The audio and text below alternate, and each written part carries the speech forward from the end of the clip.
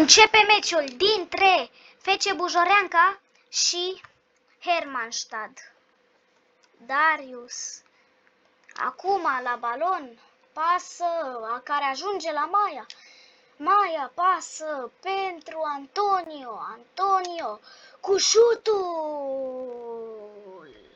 A încercat un șut pentru că n-a mai dat de mult.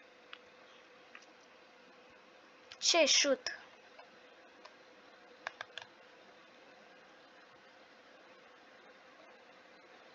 Și Căbuz degajează, însă o face prost.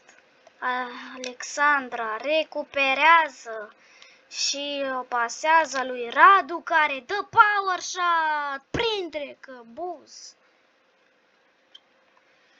Și i-o dă lui Căpușă. Balaure. Balaure pasă pentru Murgia. Murgia pentru Balaure înapoi. Balaure, Neguț, care este și el de la Bujoreanca, însă joacă la Hermannstadt. Antonio. Bejan acum pasează pentru Murgia. Murgia pasează pentru Biceanu. Iancu pasează pentru Neguț,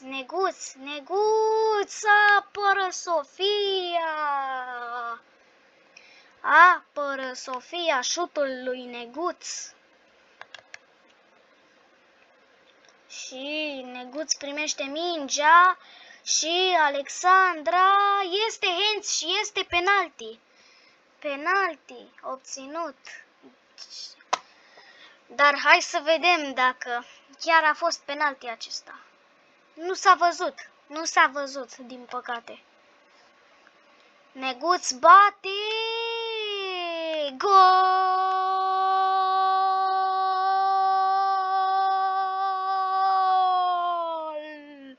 Neguț înscrie! Gol!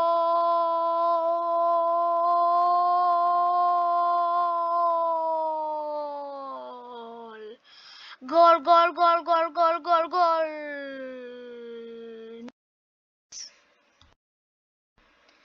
Gol Neguț! Gol! Radu are mingea și o dă lui Căpușă. Murgia, Marcovici acum. Matei pasă pentru Maia.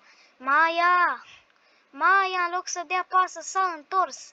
Însă, acum pasează pentru Alexandra. Alexandra pasă pentru Antonio și Alexandra peste poartă.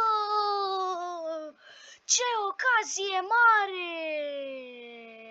Alexandra! Cea mai mare ocazie! Iani Stoica degajează pentru Neguț. Biceanu. Acum Vlad prinde.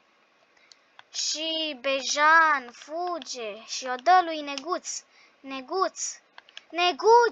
pentru Marcovici. Sofia!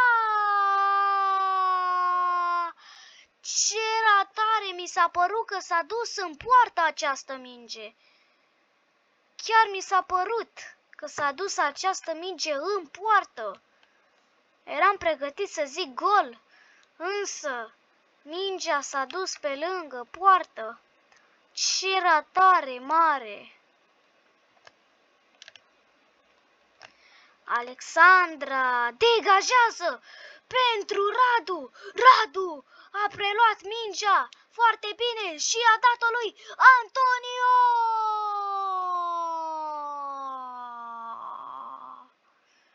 Unde a dat-o?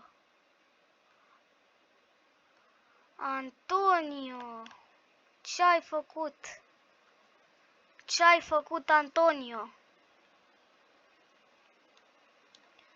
Și Alin, Maia acum, Maia, căpușă pasează pentru Balaure.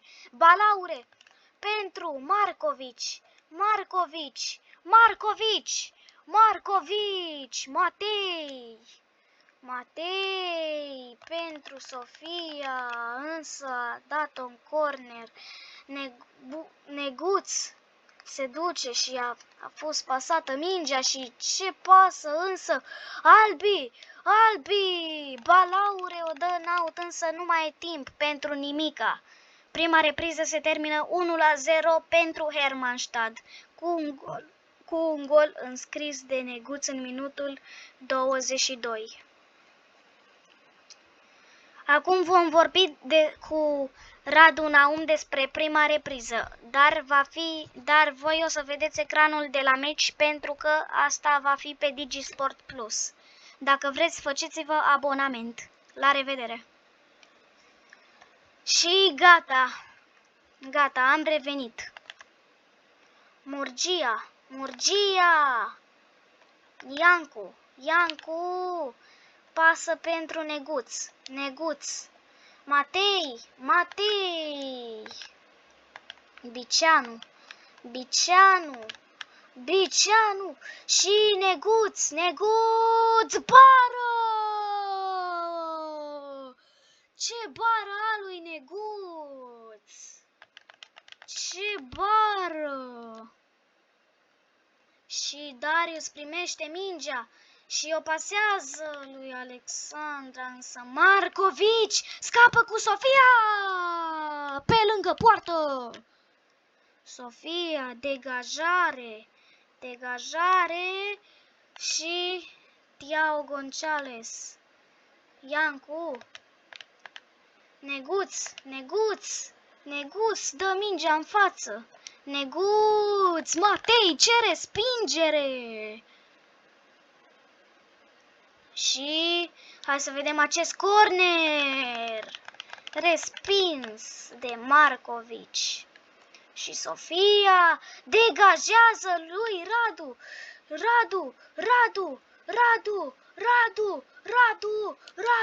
Pasă! Gol!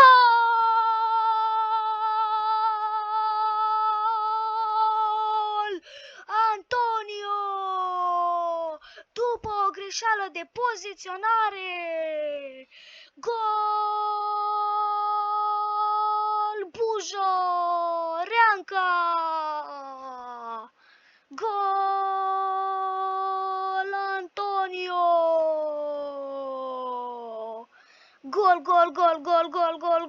Gol! Antonio! Murgia pentru Marcovici, Alexandra și hai să vedem, Alin blochează însă prin fault. L-a faultat pe Neguț și un om trebuie să se ducă la bară și se duce Albi. Se duce Albi la bară, însă a dat în zid Neguț. Și pe lângă poartă acest șut. Sofia, degajare. Crede că iarăși o să dea gol Bujoreanca dacă o să degajeze. Însă nu s-a îndeplinit dorința. Și acum Ianis Stoica. Pasă pentru Murgia. Pasă pentru Balaure, Albi acum. Albi. Și Alexandra, Radu și Vlad aleargă, Vlad,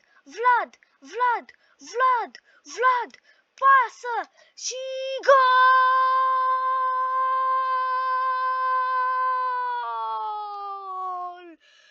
Antonio întoarce scorul!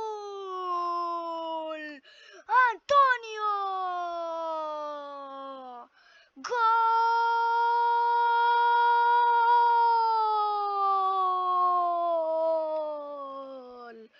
Antonio înscrie! Gol! Antonio! Maia! Maia pasează pentru Albi. Albi pasează pentru Radu, dar nu mi s-a părut că a pasat. Mi s-a părut că și-a dat mingea în față. Marcovici în careu, blocat de Matei. Și, ce pasă pentru Antonio! Ce pasă! I-o dă lui Radu! Gol!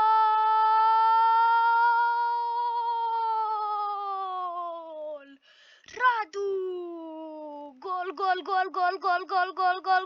Gol! Tribunele au izbucnit! Radu înscrie! Gol!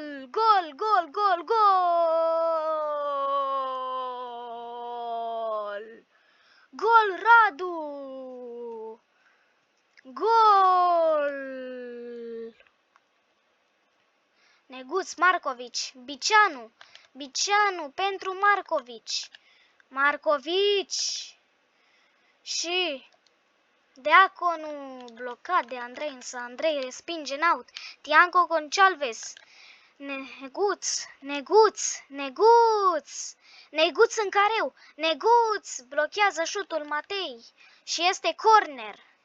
Însă nu mai pot face nimica cei de la Hermannstad. Și Alexandra poate scăpa pe contraatac, însă se termină 3-1 pentru FC Bujoreanca. S-a terminat meciul în care FC Bujoreanca a întors scorul. Cam acesta a fost meciul. La revedere!